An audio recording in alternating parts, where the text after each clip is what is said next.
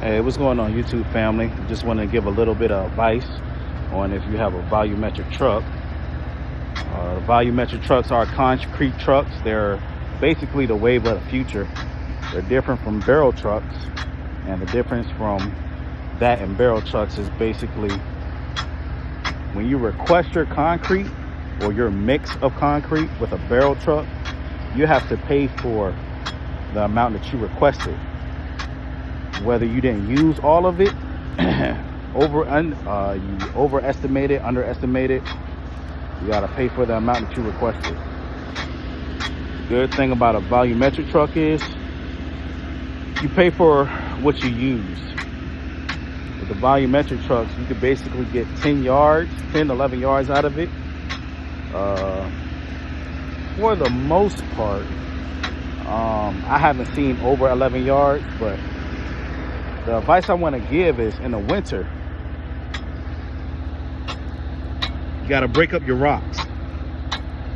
So basically at the top of the vehicle, you have these two compartments. One is for sand, one is for rock.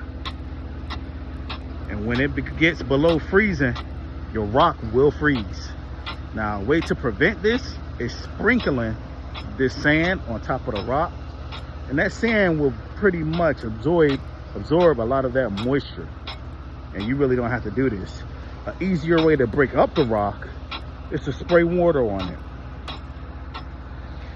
Now hopefully I'm pointing this in the right direction, but right here, that's where my porcelain goes, and that's basically the chemicals that really make the concrete. Whenever you're making concrete, you have that cement mixture, you have your sand, and you have your rock. The rock usually goes on the passenger side only when you're doing a pump mix. And the sand, the passengers, I'm sorry, I'm gonna say that again. The rock goes on the driver's side and the sand goes on the passenger side when you're doing a pump mix. Now, if you're doing a regular mix, it's the opposite. So if you're doing a regular mix, you'll have the rock go here and the sand goes here. No matter what, that water goes in there. As y'all can see, I pretty much need to wash the top of my truck and get a new lid, but water goes here. You have your tarp, you have your two components, and you have your cement.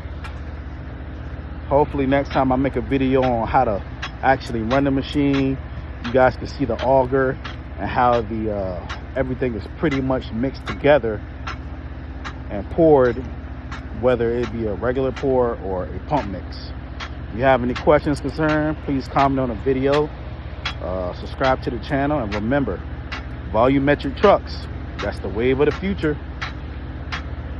So if you're a concrete business and you don't got a volumetric truck, you might be in trouble.